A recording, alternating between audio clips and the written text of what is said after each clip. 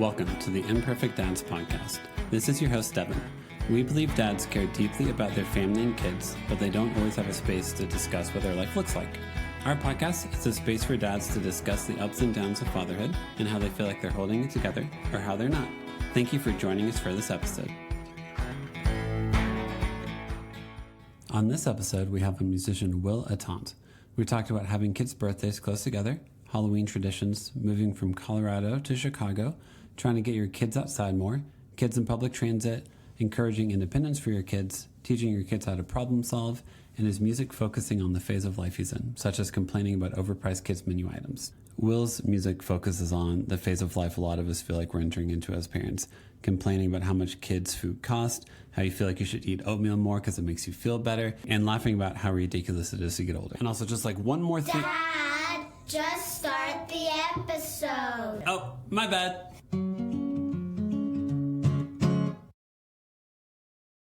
It's great to meet you. Thanks for having me on. Yeah, of course. Thanks for wanting to be on, Will. Easiest first question is how many kids you got, ages, all that good stuff. I got two boys and they are 2 and 4. So in the full blown toddler chaos. Yes.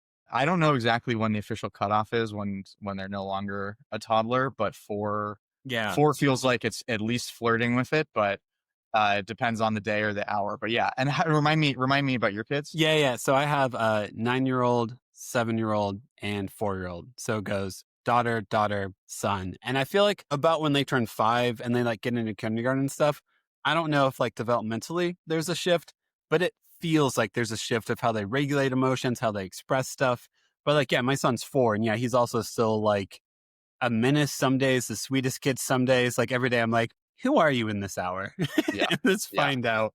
No doubt. Yeah, I know for sure. It's a funny, I've told the story before, but when our older son Hugo was 3, I was in the bathroom at a coffee shop or something with him, and he's washing his hand. Like he initiates wanting to wash his hands and stuff, and I'm That's like, great. I'm like, I'm such a great dad. And I look down and he's licking the sink while he washes his hands, and I was like, okay, I think this kind of sums up pretty much perfectly the experience of, you've got somebody who's completely who is completely at a certain age and in one behavior and much older in another behavior at the same time. But yep. My son will do that too. And like, I always wish I had like a running list of the things I say as a parent that are phrases I never thought I'd utter in my entire life, such as, hey, don't put your mouth on the faucet, like stuff like that, where you're just like, why would you, we're in a public restroom. Why are you licking this right now? What would it, I can't remember who told me this, but they it's sort of the thought experiment of like, if you ask an adult to look around a room, anything you look at, you can imagine exactly what it feels like in your mouth. And it's gross and it's weird, but it's true. And the reason is because you probably put basically that exact thing or something really similar in your mouth as a kid. But it's like, I literally, it's like, you look at a brick. You're like, that's exactly going to be grainy texture. It's not going to be good. I can feel it on my teeth just thinking about it. I immediately feel it. But have I ever put a brick in my mouth? Apparently. Yeah. Not within memory. There's a reason why our memories stop at a certain point going right. Back. So with your kids being 2 years apart, my 2 oldest are 23 months apart. About how many months apart are they? They're almost the same. So okay. Like almost exactly 2 years. So it's like 24 months. Yeah. They actually had basically the same due date. And then one was a week early and one was a week late. So it was, that's kind of, that's how it is with us. Our start of the year. So they're like a January and February. So it goes one kid's birthday, our wedding anniversary, and then another kid's birthday, all in the span of 2 weeks. Yeah, that's very funny. This is very fun. I mean, we joke about it too, but we have my wife and I got legally married in May. Yeah. May 10th. Then older kid's birthday, May 17th. Younger kid's birthday, then our like wedding party. Then we had a wedding party anniversary. Now we can't keep celebrating all of these, but we like excuses to go out to dinner or whatever. Of course, yeah. But it's like then June 1st was that. And then June 3rd is our younger son's birthday and June 10th is my wife's birthday. Oh my and then gosh. Mother's Day was in May. Yes, Mother's it is. Day's in May. And so literally by the end of it, it's just been literally our younger kid thought that it was just somebody's birthday all the time, thought it was mommy's birthday all the time. And so it's happy birthday was his song request of choice because that's just what he thinks that time of year is. You never think you're going to get sick of celebrating, but No. you can get there. Yeah, no, by the time, so like it's like late January until like February 6th. It's like our 2-week range of all that chaos. And by the time it gets to Valentine's Day, people will be like, what are you doing for Valentine's Day? And it's like, we just did Nothing. 2 kid birthday parties, a wedding anniversary. Like, if we don't know if we love each other, like that's what we know. Like we've probably already done something sweet for each other as opposed to the Hallmark holiday. And Yeah, like we're not a cynicism. huge Hallmark holiday family either. Except for Halloween, I guess. I'll go hard on Halloween. Will you really? Okay. I feel like this is a growing trend with people our age in which they go super hard for Halloween. Why do you go super hard for Halloween? Well, Tell me. I should say I don't go hard in the sense of big Halloween decorations or over the top costumes, but I think just energetically. Yeah. And I think there's an aesthetic to it. I mean, the fall, I don't know. I was like a nerdy kid in school, or I just loved school. Like I love I love going back to school. I love the kids. I love, seeing my friends. I love new teacher, new stuff. That feeling I associate with Halloween and just the fall transition. Okay.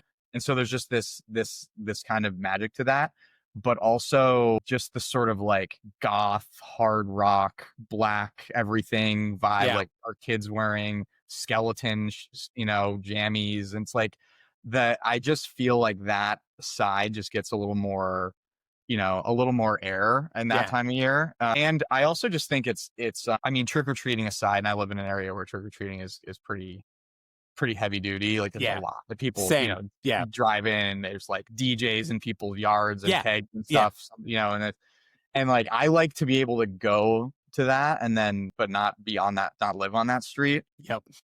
But I think aside from the candy part of it, it also just feels like a holiday, like the Day of the Dead feels like a very cool, like the roots of it. I know it's changed into this whole commercial thing, but the roots of it is sort of staying connected to your ancestors and sort of, and also just, horror is a genre I dig. And so I just think it's kind of fun, and it's fun to watch your kids go through that too. And this is a longer conversation, but you're good. The sort of like doing a hard thing. Like I remember our older kid, the first time he really went trick-or-treating, came to a yard that was a legit, like horror haunted house vibe yard, not like a kid yard with the decorations. And I basically gave him the option because I could tell it was going to be a little bit heavier, but also whatever. That's fine. And he wanted to do it. He was 3, wanted to do it, got scared, and then wanted to do it again and again, and then want to tell everybody about it. And I think that, I mean, I'm sure, you see it all. Yeah, absolutely. Yeah. But just that doing something that's a little bit harder, trick-or-treating is not a hard thing, but I think in the spectrum of holidays, that's going to give you a little bit of, what I call like pucker factor. Like, that's, as a kid, it's like, yeah, exactly. It's good. But you're a Halloween guy too? I'm a big horror fan. Read like every single Stephen King book, like all that. I personally don't like dressing up in anything, but I'm a fan of I'm fascinated by all of it. I think I now live in a neighborhood in which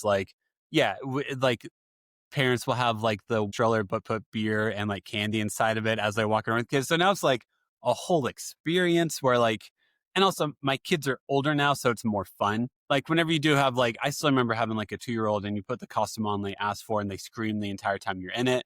And you're like, I don't like this. Yeah. This isn't great. fun. Thank you. You're welcome for all the time and effort. Oh, cool. You watch Paw Patrol every day and I buy you a Chase Paw Patrol costume and you scream the entire time. Cool. Sounds good. So now our kids are entering into the phase where they're my daughters are already hey, can we go to Spirit Halloween with friends and pick out our Halloween costume? So it's more in my mind, when something is communal and reminds you aren't alone whenever you do it, I'm I'm all for it. Let's do this. Let's figure out how to do this. How do we get more in tune with community? And because that's I don't have many memories of being a kid where I'm I was all alone all the time and it was a good thing. Yeah, that's my favorite memory. I mean, also, you're obviously more of an extrovert. I mean, you're very much so. Me too. But I also think just the prankster sort of spirit. The trick part of trick or treat is fun, like just there being a kind of playfulness to that. But anyway, we shouldn't. You're wearing Halloween colors. We don't have to talk about I am. Halloween. Yeah. Sorry. I live out in Denver area, and it's like 60 degrees out right now. Yeah. So I was like, I actually need a hoodie this morning. I grew up in Colorado, by the way. Oh, did you really? really? Grew up in Colorado Springs. So. Okay. Yeah. Where do you live now? Chicago, or just outside Chicago. Yeah. Cool. I grew up in Southern Indiana. Chicago is my like go-to big city. Love Chicago a lot. And you're taking the typical migratory pattern, which is you leave the Midwest to go to Colorado. You reverse it. You're reversing it. Yes. Yeah. And so I get a lot of people being like, what's wrong? Like, why did you come here instead of the other way around? Correct. No, the amount of people who went to Big Ten schools and live in my neighborhood is almost every house. Yeah. So yeah, exactly. How'd you end up in Chicago? So I moved here. I think it's sort of the way it happens for a lot of people, for a couple of years. Yeah. We moved here in 2016. My wife and I just finished grad school, and we were just starting. We just both had work stuff here, and so it worked out really well for this to be the city that we came to. We weren't married or anything yet, but and then one thing sort of every couple of years we're like, oh well, it's been a good run. I guess maybe. If this is all it was, that's great. But then it's 9 years later or whatever it is now.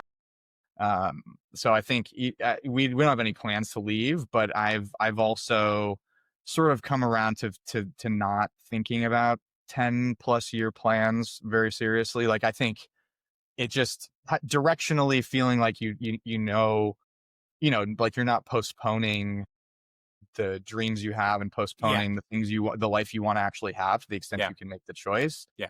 But, not saying, well, I know this is our forever homes. I know for sure, right? It's like I feel like letting go of some of that longer term thinking, especially, when you have kids and when we're aging, right? Like we're still super young, but it's just like time takes on a different pace. Yeah. So I think you end up having like, I don't know what you would call them. We have these moments where like we had our third kid. We were living in Nashville. Had always wondered about living out in Denver area because we love it out here. I got some aunts out here. And like whenever we had our third kid, we lived in our house, but our house was like a 3-bedroom house. Like we were maxed out in that house. Yeah, so we were like, all right, it's like we should probably start looking at houses to move.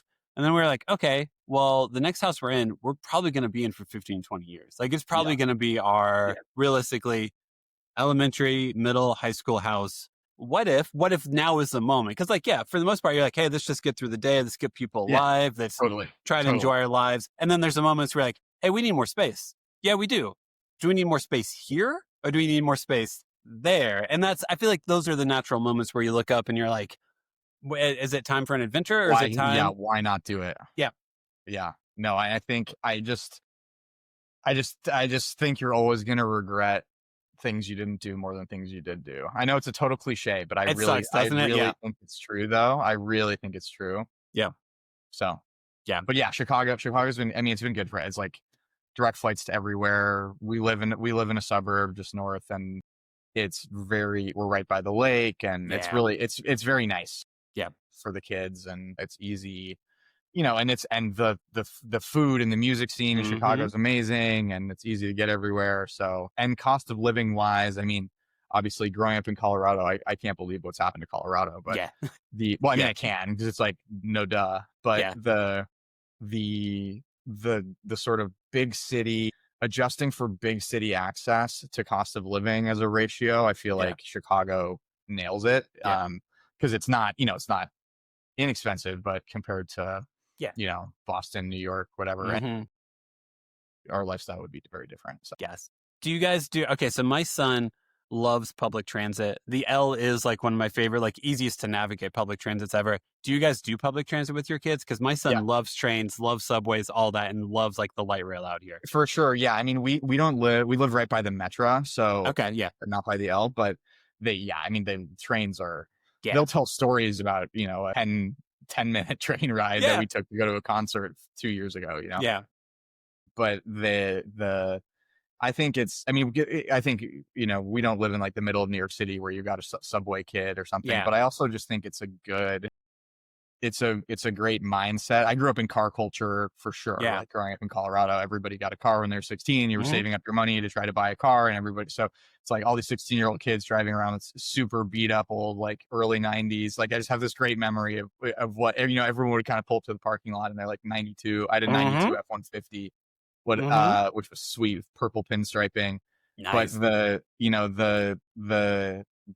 difference in mindset when you think about public transit and sort of the way that you're mobile and self-sufficient is a little bit different. I think it's more like it's tactical in a different way, just that I think is a really good way for kids to think about stuff, right? It's like, and also it just means you can go a lot of places and figure out how to get where you're going without having your perfect little, I mean, I love being in a car. You're air conditioned, music blasting, perfectly comfortable little, sealed paradise, but it's you got to get out of that. You do. And like, I know whenever we do like the light rail out here, because we'll go to like Rockies games because they're so cheap, because they're so bad.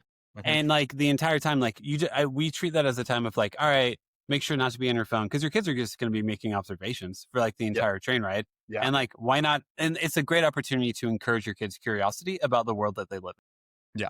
No, for sure. And it's going to be a broader mix of people than like your direct neighborhood. Probably it's going to be, I mean, unless you're living like in the middle of Manhattan or something and you're in Brooklyn, but for sure. Yeah. We love that. And yeah, I mean, I think we'll see as they get older, but I look forward to the day that they can just take the metro into downtown and take the metro back and, see you by dinner or see you by whatever time. And, I think probably by the time they turn 5, I think they can do that.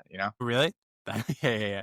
I mean, I would love. Have you seen this show from Japan called Old Enough? No, I haven't. So the whole premise is, and this is obviously it occurs in a cultural context where there's the different awareness, and there's obviously a film crew following. Yeah. There's some safety measures. Yes, all the caveats, but basically it's worth watching. This is the first episode, but there's a 2-year-old who is tasked with walking like probably like half a kilometer, maybe a kilometer to the grocery store with a list. And he has money, and he's 2. Literally, he's 2. Yeah, that's little. And so this little kid is walking, and it's hilarious because obviously he's like crossing all the streets and whatever. And that's the part where the cultural context matters.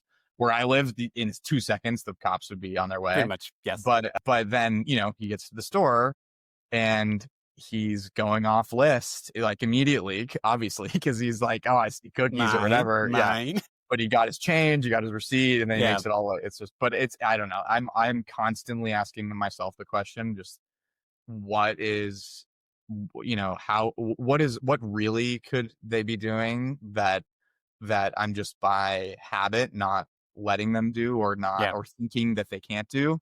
And obviously there are actual things that are dangerous for them to do. But I'm a big fan of sort of like, as much as you can, letting it go. We had on a guest. His name is Jeff Weniger, and he's a single dad who lives in Ohio. He's a former police officer, and he was talking, I think his son is 12 or 13, and he was talking about battling with that of like, his son wanted to ride the bike, 2 miles down, get some ice cream and ride it back. And he was like, oh, I don't feel comfortable with that at all. And he was like, well, you're the one who doesn't feel comfortable with that. Your son wants to try, he wants to explore, he wants to see what so if you feel discomfort from that, what are the ways you can be like, hey, here's how I can check in. Here's how I can know where you are. Yeah. And because it's not, I think it's really important to acknowledge, if you have a fear and you have an anxiety about something, your fear and anxiety isn't bad.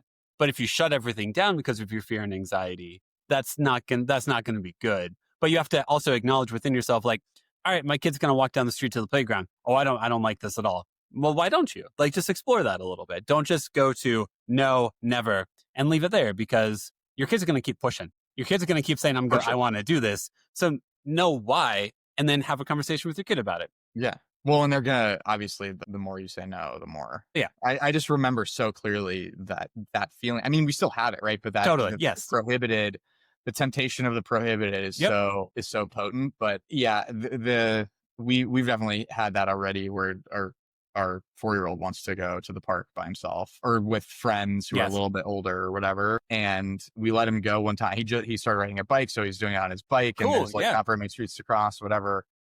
But it's, then I'm, it's funny because it was neighbors, and their kids came to and offered to take him over. And then, then sure enough, and I'm like, yeah, I think it's fine, but let's see. And then sure enough, I'm talking to their parents later and they're like, yeah, I wouldn't trust our kids to go that much farther. And these are the kids who are like acting so responsible. Yeah, And yeah. I'm like, part of that is just them not trusting their own kids and not wanting to be responsible. But I also think you never know what you're it's impossible to actually judge the risk. So it's sort of just like, you know, you got to just make calls and let yourself off the hook when I think it's like you're trying to like figure out in your head your kid's problem solving abilities. Like if things escalate, what does my kid do in this scenario? And like, well, that also means you have to put your kid in a scenario in which they know how they respond when things are escalated. And what scenario do you want to put your kid in a scenario in which things are escalated, in which they have to act more out of fight or flight? I don't want to put my kids in fight or flight like ever. Well, I mean, you can't artificially really do it. I mean, you sort of could, I guess, a little bit, but like, and that's this idea of sort of like rites of passage as kids get older, like bigger crucible trips. I think I grew up outdoors, so I remember doing these bigger trips outside where, the stakes are higher for sure. And if you're, I'm not talking about, the leave the kid in the woods alone to fend for themselves overnight. And if they survive, then they can be a real man, but like a little bit, a little bit of the flavor of like, okay, that's the kind of thing, the kind of experience you can create. But I also just think, I don't know, I'm really bought in this idea of, not overprotecting in the real world and just the shrinking scope that kids get to go explore. Like people, it used to be that it was within a couple miles of your house, and now it's like not even the entirety of your house. Yeah. And at X age, right? Obviously, an 18-month-old will fall down the stairs. They will, yes. And so, like, it's like, okay, to put carpet on your stairs if you can, and then whatever, let them fall. But like, I think like that to me is the thing that my wife and I are constantly trying to check ourselves around that, because it's just really easy to blink your eyes and a lot of time has gone by and they haven't been getting to do the stuff that you think about would be really good. But the problem solving, like they need to get out of scrapes. Maynard actually from Tool, if you like, I don't know if is somebody asked him a question about what's the one thing you want for your kids? And he said problem solving. Yeah. And that was his answer. And I mean, it's, to whatever extent that's the parenting model. But I think it's totally right, because it's the only thing. Resilience and problem solving are the only things.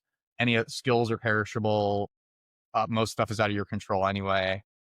So if they can go out with that, probably. Well, it's the reality of like, I mean, how much of your own life is like, hey, here are the cards you've been given, cards you've been dealt, whatever cliche phrase you want to say for it.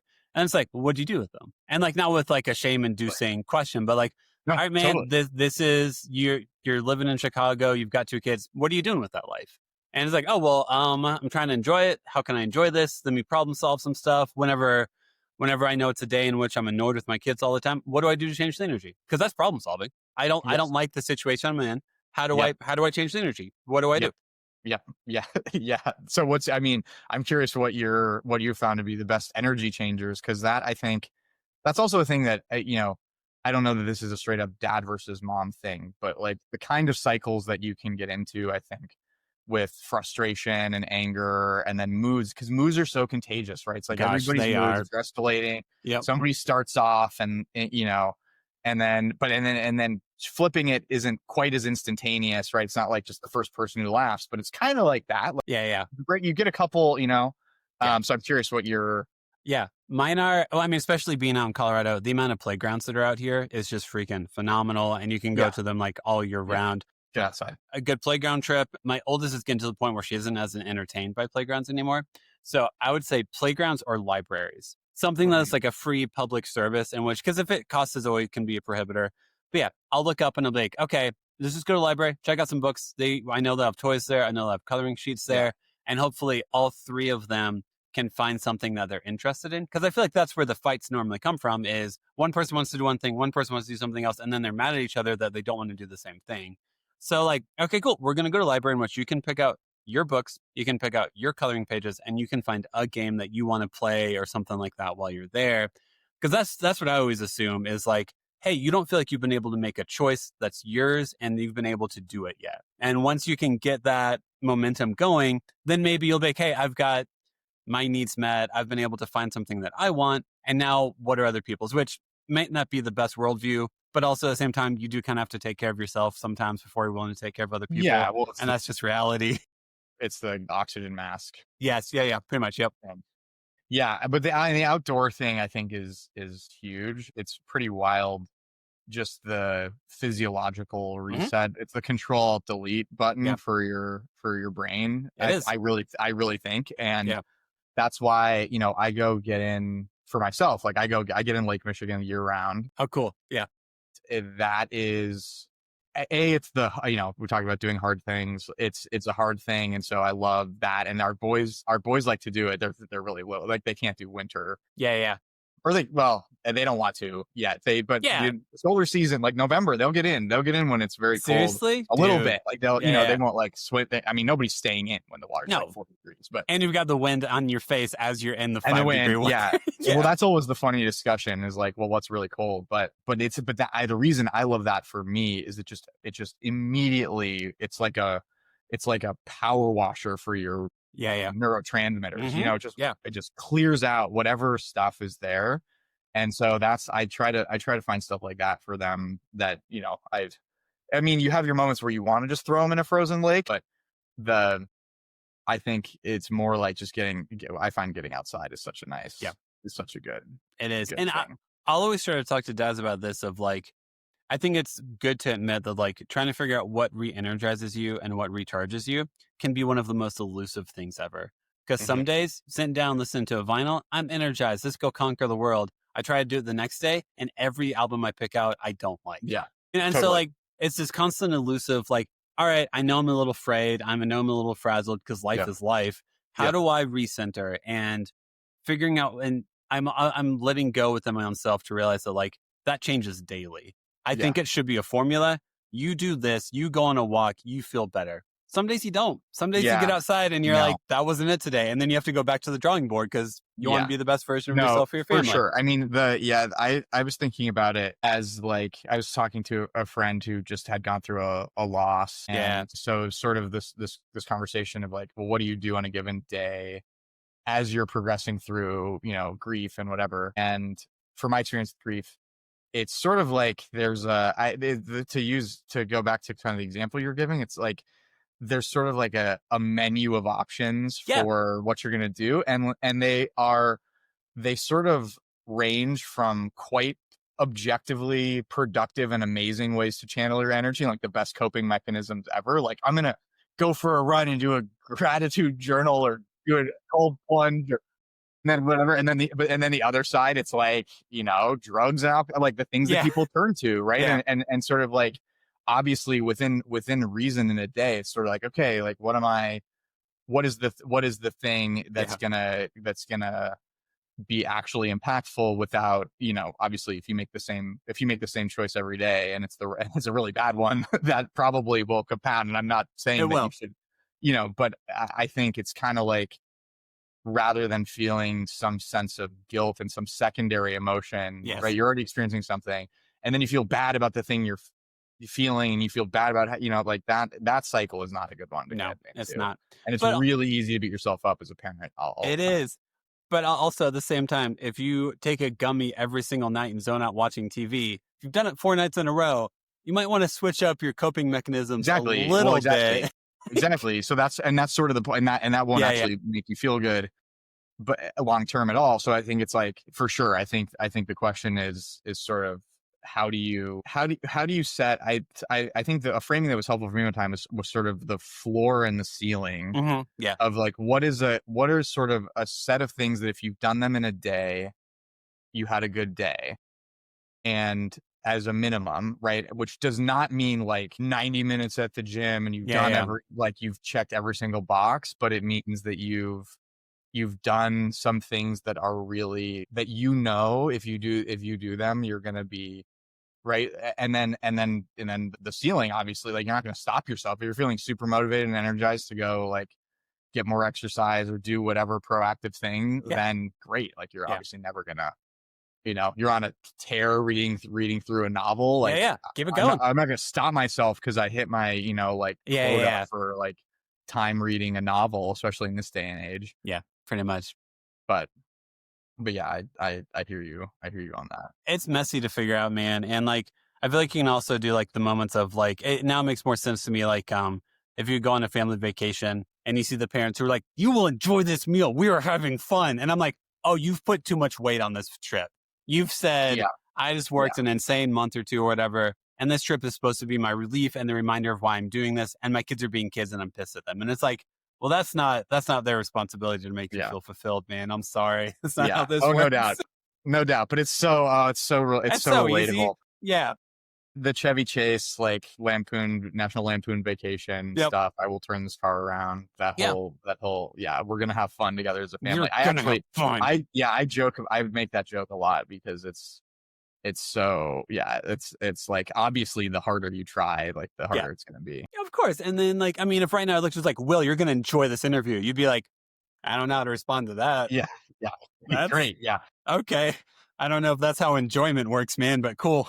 Yeah. Well, exactly. I mean, that's also that's a very real parenting conundrum, I think, generally is that you like is the fundamental lack of control that you have. Correct. Yep. Because it is actually another person. I know it's like very basic, but that's a very weird thing, is the amount of responsibility you have without I mean, you have some control, right? You have more, you have some control. You set guidelines and framework, and that's about all you can do. You can't change. It's just any person, you cannot change how they think. You can only be responsible for what action you take in response. Correct. Yep. And then just that thing of like, the harder you grab, it's like the Chinese finger trap, right? The harder you pull, the harder it is to get, and the more you escalate, the more they escalate, often when they're younger, especially. But you can tell me, I'm sure that escalates in a different way when they get older. You're on the cusp of the teenage years. Honestly, it's just explaining your thought process. I think it eliminates so much of it, because most people I know who still harbor some resentment towards their parents is because of, multiple reasons. But one of the main reasons is because their parents will look at them and say, because I said so. Mm-hmm. And like, I would rather treat my kids like an adult and be like, no, I said this, and here's why I said this. Because also, like, if I always try to take relationships and be like, this is how you treated your kid. If you had a friend who treated you like this, if you had a friend in which you just walked up and said, we're going out to here to dinner because I said we're going here to dinner, do you think that friend would call you back? Do you think that friend would feel heard, respected, or seen? Why would you expect your child to feel seen, heard, or respected when you don't give them any options or choices? So this is a really interesting point, because we also talk to our kids. I mean, obviously everybody has their nicknames to play, and like, we're a big nickname family. Cool. I'm a big language plague. Like, I'm a big wordplay person. So cool. There's always going to be weird internal language, and that's always true in friend groups. And I love that. I'm fascinated by that, and I love it. But I think with that caveat, we really try to talk to our kids like grownups, and I just think it totally changes. It increases the vocabulary that they hear it, and they say words back, and you're like, wow, that's I mean, that always happens with kids that you don't know where they heard it, but they're more likely to hear stuff if you're not dumbing everything down. I think the relationship point you're making is really interesting, because that's how that's sort of the, it's a challenge, but I think it's a framework that's been helpful for me too, is not just in the direction you're describing it, which is I want to treat my kids like I would treat a person who I care about in general, and like a person who I want to respect me, a person who I respect in general. Exactly. Yes. But also the reverse of that is interesting, because I think a lot of the time when you feel, mistreated by your kids, it's because you have an expectation that is a relationship that is like others. And I think the aspiration of trying to work with your kids to build their understanding of how you are in a relationship, as opposed to, which is the other side of that coin.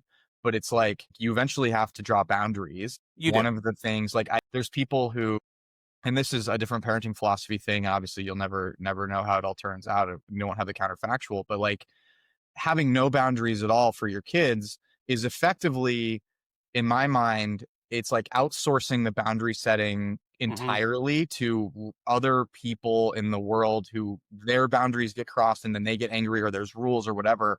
And it's like, your kids are going to bounce up against those. But it's also like, at a certain point, if somebody treats me a certain way, I want to be the kind of person who will draw a boundary and have clarity and like not get emotionally hijacked more, Yes. but who would say like, no, that's not how, it is not the way you can treat me or like and protect yourself. Yeah. And so I think, and I found that to be helpful because it's less like, what's the hard and fast rule for how to get to some optimal outcome with your parenting? And it's more like, because everybody's looking for that. And if you have a type A optimizer brain, like it's so tempting, but it's more like, okay, are the dynamics of this relationship between two people working? And obviously like one of them, they're at developmentally very different levels. Correct, so it's like that, what that looks like for them is going to be different, but like, I think that I found that to be helpful rather than having some absolute thing. Like if you say this, then, correct, it's more like, well, no context, whatever the context is like,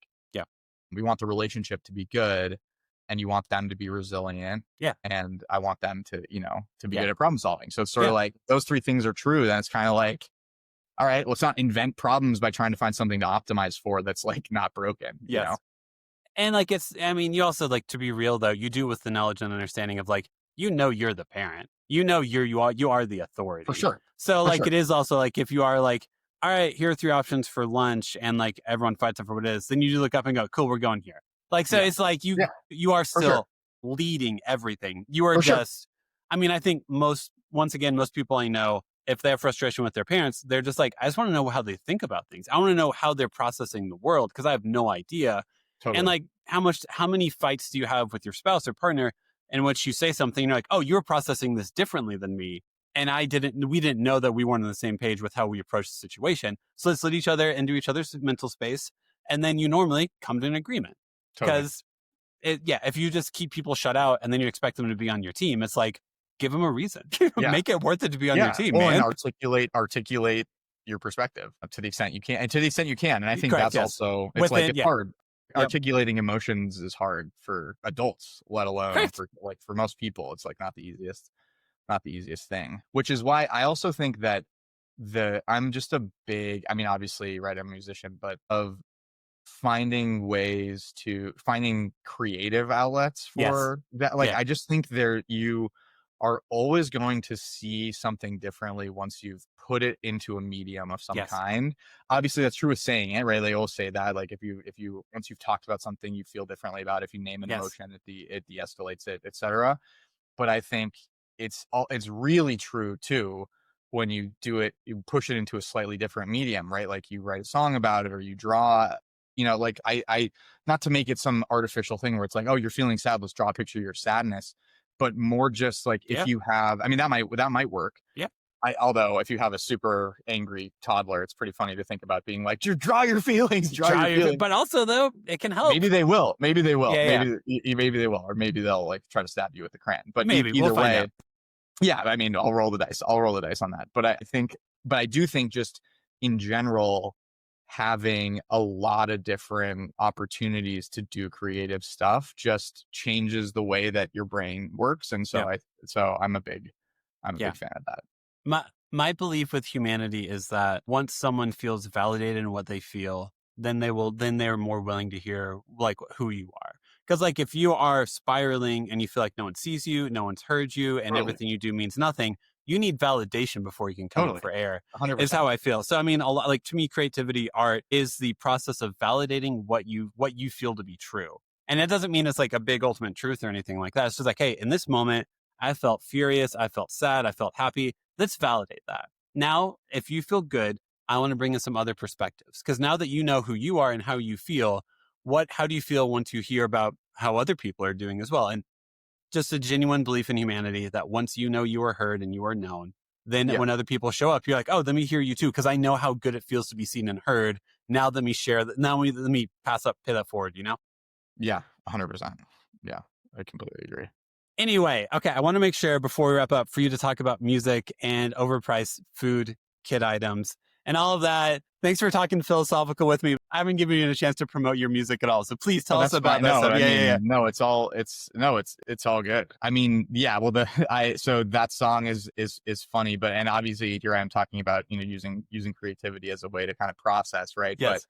But my sort of my journey in arriving to the moment that I'm at right now has sort of been I had 20 years of life events happen in a super short period of time. I mean, we're entering in this era, right, of our lives where I just think 30s, 40s, 50s is a time when there's kind of a universal set of experiences that a lot of people are going to have around like parents aging. For some people, it happens earlier, around having kids if they're going to have kids, or just like being transitioning. And then obviously there's like these nonlinear aging points, right? That I think that are kind of mean that your perspective changes.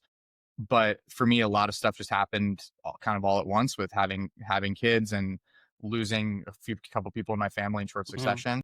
And the kind of real output of that, which is such a gift, was just a real big step back that has resulted in me kind of reorienting toward this core creative part of me that is truly just kind of a playful clown, right, in a certain sense. And so a lot of music that I had been really compulsively writing during the early years of parenting, especially about just the ridiculousness of it all, which is, there's so much fodder.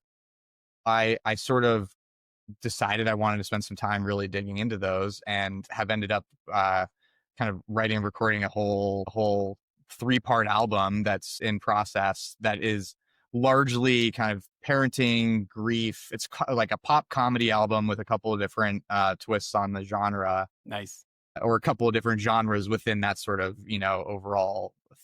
But really, yeah, parenting, grief, aging, like just all this stuff that sort of is the kind of tougher, it's the mundane stuff, it's the tougher stuff that we kind of go through. And then and just looking at it with the lens of, well, what if, what is funny enough about this? Like, how could we laugh at ourselves in these circumstances? And so obviously kids menu prices is not a super consequential thing. It's the first song that I released. And it's really funny. I have a business background. Okay. I am always thinking, every time I buy one of those things off those menus, I'm just like, God, the money, the margin that they're making on this is just, it's fantastic. But obviously, if you go into a restaurant trying to order so that the restaurant makes the least money on what you're ordering, then you have a real issue. Yeah, that's like, then you've really got a strange worldview. Just don't go out to eat. That's I mean, just if you're doing that, like, you need to find some other. You need to go to therapy. Like, go to therapy. Games but yeah. So I'm super excited. I've been touring all this stuff, and it's been really fun to sort of figure out the way that finding the audience for the music, because it's, obviously watching kids listen to songs that really are making fun of kids. In a lot of ways the younger they are, the more they just go off the vibe, right? And if it's a banger, it's a banger, and so they don't really care.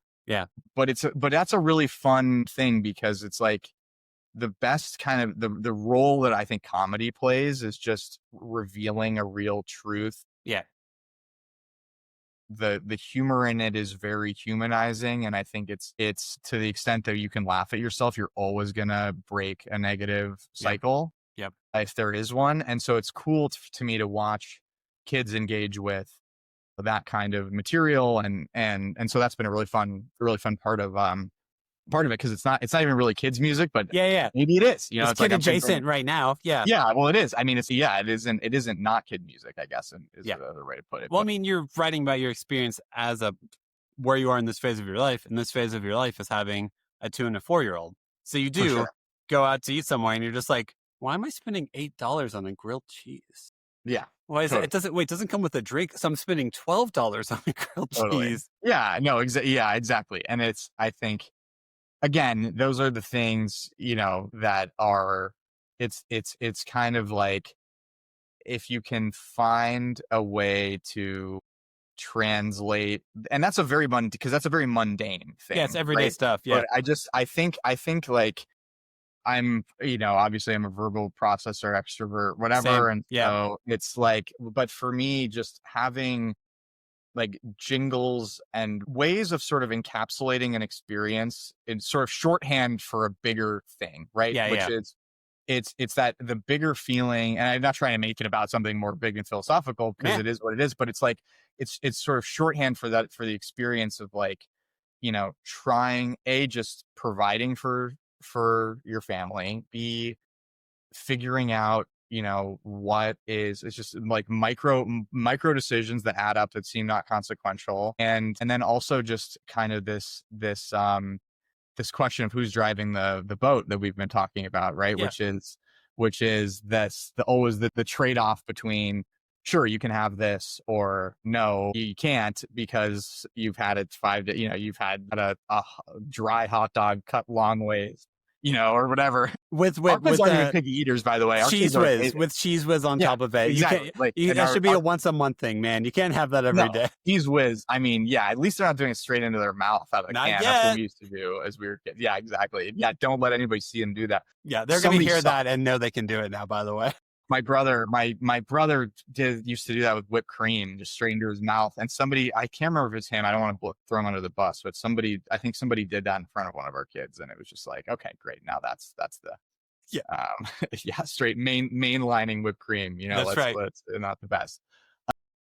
But yeah, so it's a really fun thing, and that song's out. There's a ton more coming. There's another kind of fall themed song coming out next week, and and then a few more singles, and get kind of leading up to the album. But I've been playing a lot of shows, touring kind of behind it, so it's a blast. But I look forward to sharing more of it for sure. That's awesome. No, I mean, like, kind of what you're saying with like you do have everyday moments, and then you kind of zoom out. And like, when I think about eating out with my kids, like, to me growing up, you would eat out for special events. And now as like the grown up, it's like, hey, we're going to eat out for your birthday. But if you know it's going to be like $120 to eat out for someone's birthday, then you're like, I want to create memories. I want to do this. But also I feel the weight of the responsibility of, how do we spend like a week's worth of groceries in one meal?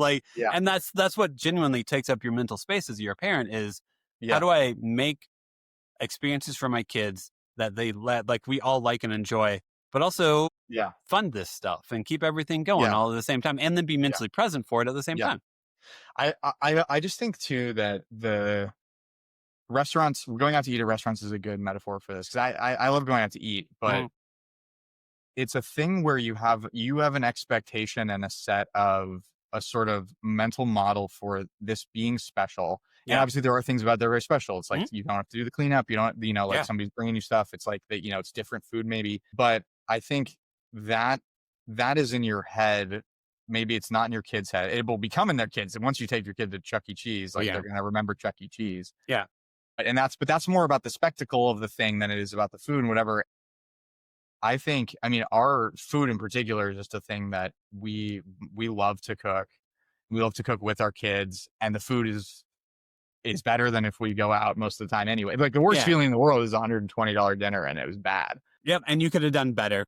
I can't. I don't even let myself think about that. Yeah. It's just like, nope, this was, I paid $10 for mac and cheese. It's fine. You paid, it's fine. That would have been like 10 boxes of mac and cheese, but it's fine. It's fine. Literally $1. My wife works at Kraft Heinz, so like we're all about the Kraft mac and cheese. But nice.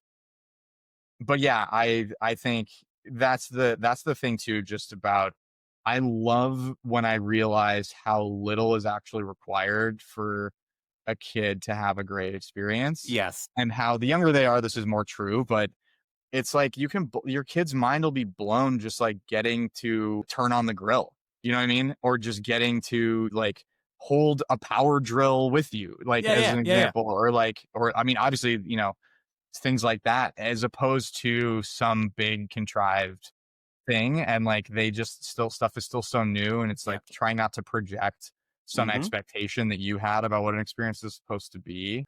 I think is really great. And just, I don't know. The whole thing is like also just not beating yourself up. Like, if you, like, I remember the day I wrote Kids Menu Overcharge. Literally, I was walking, we bought chicken tenders rather, at a place, and it was so much more than I thought it was going to be. I don't think it was 20. I'd say it's $22 in the sign. It probably wasn't, but it was a lot. And I remember just kind of like, the song was sort of just a really great way to not overthink it. It's just like, okay, yeah, great. That was funny. Isn't it funny that that happened? Not like, oh my God, I can't believe I, did that again. Just let yourself off the hook for it all. Because it's not a big deal. It's $22. It's fine, but not stew on it. Not let it like fester. Because there's no reason. It Yeah. doesn't need to fester. That's the thing. Is it's just obviously that's not a thing that specifically is not a thing that everybody fester about, but I do see a lot of parents very just, and I see the temptation for sure. And it happens to me for sure sometimes, where you just really fixate on totally. something. Yes. And because you think that one instance is going to lead to the same thing happening again and again and again. And obviously if it's the 20th time in a row, like you're right. That's a pattern. That is a pattern, but on a given thing, let's not, trying not to blow it out of proportion, and that's tough. And like you see somebody, like I empathize so much when I see somebody, like you talk about the dad, like we're going to have fun on this trip. Like you see somebody drawing some extreme crazy absolute. I have a song called Empty Threats about like if you don't stop spitting, no TV for a year. Kind of like the lyrics. Yeah. And you see people get there, and I get there. Absolutely. And then you realize that's the cumulative impact Correct. of feeling like you don't have control over anything, and feeling like it's slipping, and feeling like you don't, you can't actually make something happen. But in a given instance, it's like, that's not the stuff that's going to determine whether your kid does all right. No, it's not. But it's almost everything I would like to think, or if I'm honest, is about control and my relationship with control. And whenever I'm losing it, it's because I want it to be more efficient, which is always about control. Or the efficiency monster can be real in me some days. And I try to acknowledge it and then tell my wife. So I'm like, I just need at least one thing that I know I can do efficiently today. And I will try not to hyper focus on it or hold out hope for it. But that's so funny. I can tell my energy today is I need to be able to get one thing done today, and then I will feel good. Why? I don't know. Funny. That's the classic, like, getting out the door thing, right? Yeah. It is, but it's funny because it does make you think about what your values are related to that. And and I think that can be an interesting discussion with your kids too, or just an interesting point of self-reflection is like, why do you want to get done with something fast? It's it's sort of the chop wood, carry water Buddhism thing too, but are you not able to just enjoy, like, what if you could just enjoy, like, taking care, like watering the plants or whatever thing? What if that brought you such joy? Yeah. And I found that as I had this the other night when there's certain areas in my life where it's very easy. Like I was packing up my music equipment the other night to go do a show. And I was listening to an audiobook, and I was packing my stuff and like winding my cords, my cables. And I was like, I was listening to a great novel, and I was like, this is literally this is just such a zen place. Maybe it's not the happiest place, but it's like this zen place. Things are in place. Things feel like they're in place. Yeah. And that's an easy place to do it. So and that's like, that's like being like, oh, I'm so emotionally intelligent. You're sitting on a beach, like with a Mai Tai, and you're like, remember that time I was emotionally intelligent? It's like, it's easier to do it when you're obviously in a comfy setup. Correct. But like, I think that's an interesting one of like, what are you trying to do? What's the goal? Is the goal to like just be done with everything so that you can do another thing really fast, and then and then you're done with that, and then you're done with that, and then you're done with that, and then what? You die? Yeah, like, basically, Like, great. Like, you're racing. What are we racing to the end of? Yeah. But I'm a total optimizer. I'm a total, like, yes, like, I like getting stuff done. So it's kind of like, I don't know, channeling that and definitely turning it off when it's just, when all it's doing is just amping up the stress level, and you're, giving your kids anxiety about like going, being 15 minutes late for a dinner reservation. It's like, I think it's just try to know yourself. Just acknowledge within yourself, today I feel a strong need to get stuff done, and my kids are not going to help me with that. So I either need to lower my expectations or just ask for like an hour away. If it makes sense, ask for an hour to like go do something to try to change Yeah. your own energy, because it's not just your kid's energy that you're trying to change, it's also your own a No, lot obviously. of the time. No, it's like arguably it's more yours. Like Yeah. it's I mean maybe that's not always true. Like I No, think no, yeah. and the older our kids have gotten, and we've now, we have younger kids who are going Yeah. through stuff we've already seen with the first kid. Yeah. You can sort of just be in that mindset like, oh, this kid just needs a reset. Like Yeah. this is like calories, and this kid needs calories and to go outside, and I can't get him to have the calories until I get him to stop. Yeah. Till I get a de-escalation. Yeah, So until let's he just, like, recenters. Yeah. literally go see if we can see deer from the yard. Yeah. And then sneak the calories. You know And what I then, mean? It's like, and then hand him a pouch. Yeah. and then well, I mean, we do the like hand grenade thing where we're like, sometimes with our kid, we feel like, both of them honestly, and this is like totally my fault genetically. Like my wife Yeah. does not have this problem. This is like totally me. But you like open the door before you even go in the morning. You like open the door, throw in like a pancake, and close the door. And then Come out when you've been fed. literally just just try to get it to land in their bed. Yeah.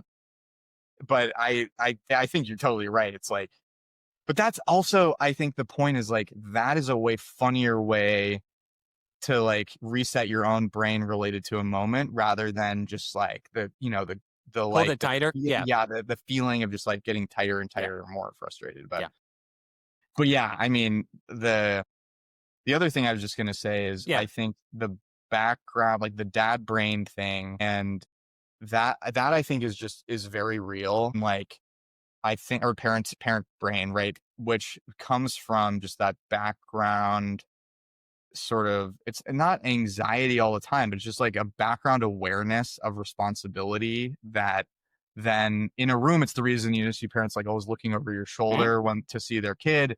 But it's like the macro version of that, which is that there's always a little bit of something going on in the back of your brain.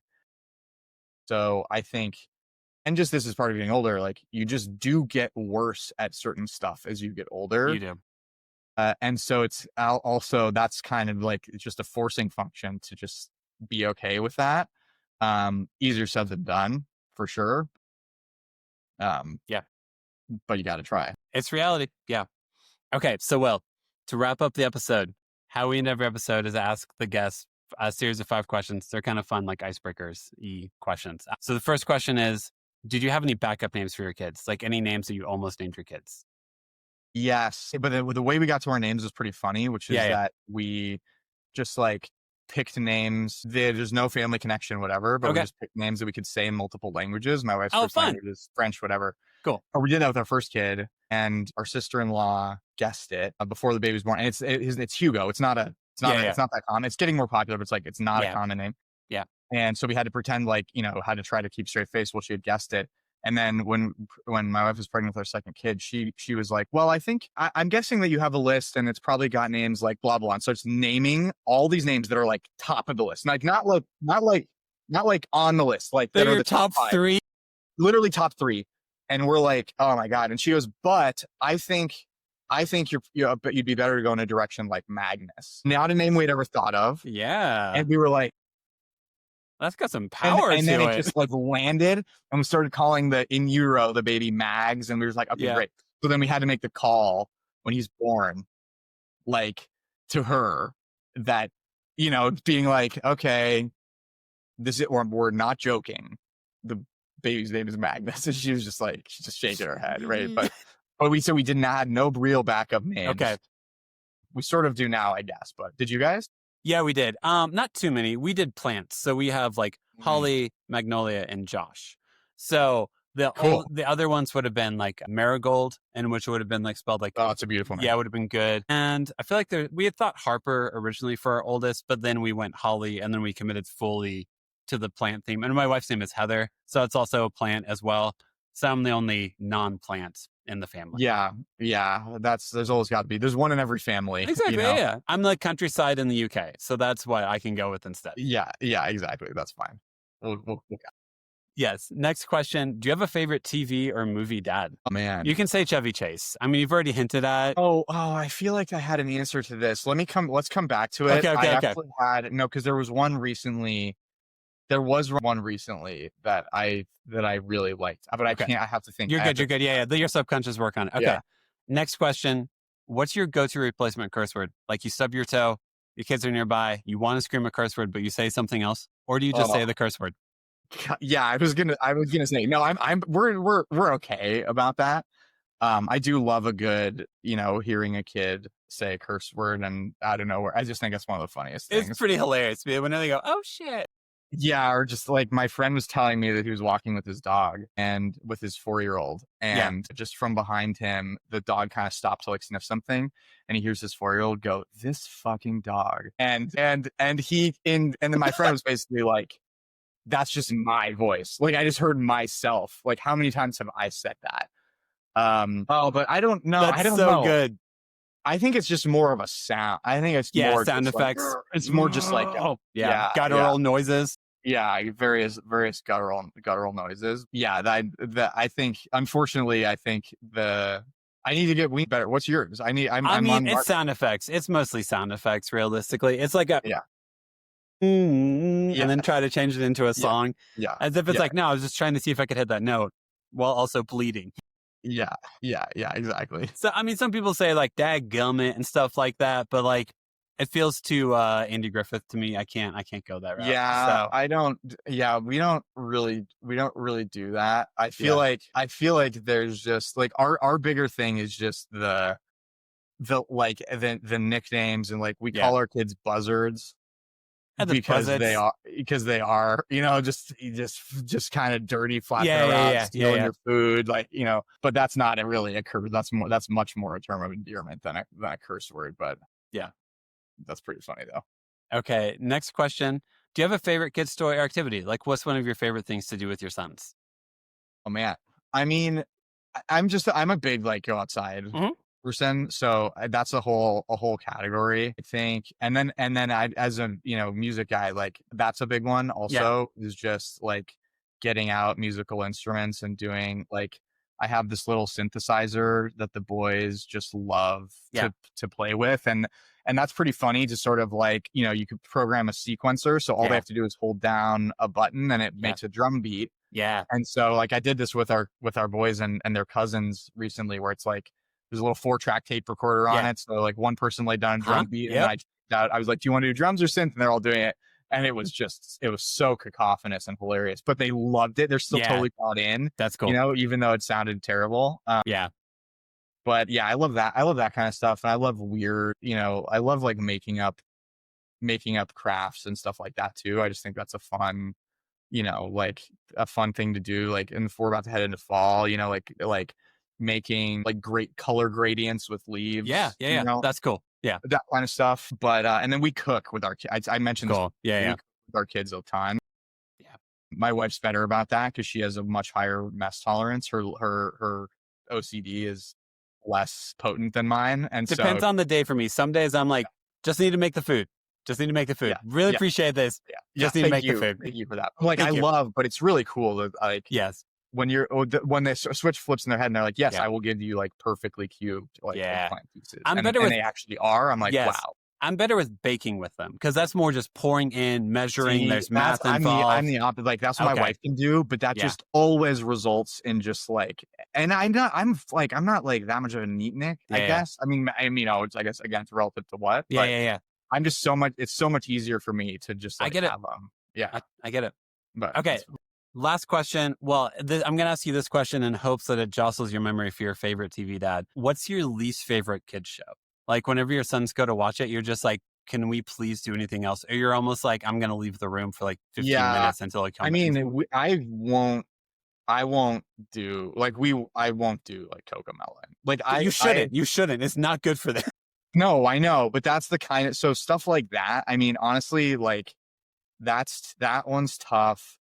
That one we don't. That doesn't exist in our house. But whenever I see that like over somebody's shoulder on like an iPad, I like get I can immediately feel my physiological reaction. Yes. I mean, honestly, I like movies better than shows. Okay. Like, I just think I like. But yeah, I would say CoComelon is the worst. There's a Spider-Man. It's like Spidey and Friends. Spidey and Friends. No. Has a like. Yeah, that I think the episode, anything where the episode is so short that I'm gonna hear the theme song, unless the theme song is a banger, which is like I mean, that's Not- Patrick Stump, man. That's Fall Out Boy. You got Chicago's own for Spidey. I know, and that's Frank. really funny. So that one's that actually, I should take that back. That one is sort of good. You're good. Although we watch that one in like French or Spanish often, and Okay. they change it, which is the song is different. I which have is to very mess funny. with that now. It was a total ripoff. You should turn it on in French and watch. Okay. It's a really funny theme song. Yes. Oh man, I gotta think of my favorite two. Okay, this. I don't know if this is the answer, Yeah. but It's an a very answer. fond one is Steve Martin and Father of the Bride and Father Yeah. of the Bride Part 2. Yep. Specifically Father of the Bride Part 2, I think captures so much, like when he sells the house and then regrets it when it's going to get torn down, and just so many parts of that guy's life I just think are so funny. Yeah. So that would be up there. But that's not the one I thought of. I'll have to get back to you about the other one. But that was one from my childhood. Okay, That's just like that's good. That works. Total winner. I mean, the most common answer is Bandit from Bluey, the dad from Bluey. But also, he's too high. No one can live up to the standard that is Bandit from Bluey. So, well, that's kind of the exactly. That's basically just like a parenting or like it is masterclass. It is. Which is why people love that. Which is why people love the show. It is. I mean, yeah. Now you've got me thinking. I mean, obviously, what's his name from The Lion King is kind of a stud. Mufasa. Mufasa's a stud, but he's like not really a character. He's like he's in it, but he doesn't. There's not much to him. Yes. Although I do wish I could talk more like James Earl Jones. We all do. We all have different careers. If we could all talk I think I would get better reception from. I don't think anybody can disobey you if No, when you hear that low voice like and you're like, Earl Jones. I better do the this wisdom now. is just it's too palpable. You can't ignore it. I want James Earl Jones to do like a cooking class sometime, because I would feel like it was the best meal ever. He'd be like, now flip the steak. And I'd be like, yes, it must be the perfect time to flip it. Yes, I have to do it. Funny. Okay. And then last thing is just moment for self-promotion. If we want to follow you like on Instagram, TikTok, any of that stuff, how do we find your music? How do we find out more about totally. you? So I'm my stage name for all of my pop stuff is Will Ettante, like dilettante. Yeah. So WILLETTANTE, and it's at Will Ettante on all of those. Cool. So TikTok, Instagram, YouTube, all of those. And then there's also my stuff's on my website too. But yeah, so check it out. I do some videos and stuff on there. Always trying to do more, but I'm booking a bunch of shows and we'll be out and about. So perfect. Hope to see for the parents out there. It's a great chance to get out on a date night away from your kids and then listen to songs about making fun of your kids the whole time. It's like going to a comedian that tells mostly kid jokes about being a parent. Yeah. Yeah, exactly. So if that, sometimes that's exactly what you need on a date night. It is. Yes. And I'm going to go pick up my son from pre-K and hear him tell ridiculous stories about what happened in pre-K today. Yeah. Awesome. Well, thanks so much for having me. It's really, really fun. And I hope that, they keeps going great for you and keep growing it. And we'll be in touch for sure. Perfect. Thanks, Will. I appreciate it, man. Bye. Have a good one. Bye. You too. Thank you for listening to the episode. Make sure to follow us on Instagram at the Imperfect Dads Podcast, and make sure to subscribe and rate us 5 stars wherever you listen to us, such as Spotify, YouTube, and Apple Podcasts. The music is provided by The Wild Feathers, and all episodes are produced by me. Make sure to tune in Mondays for new episodes.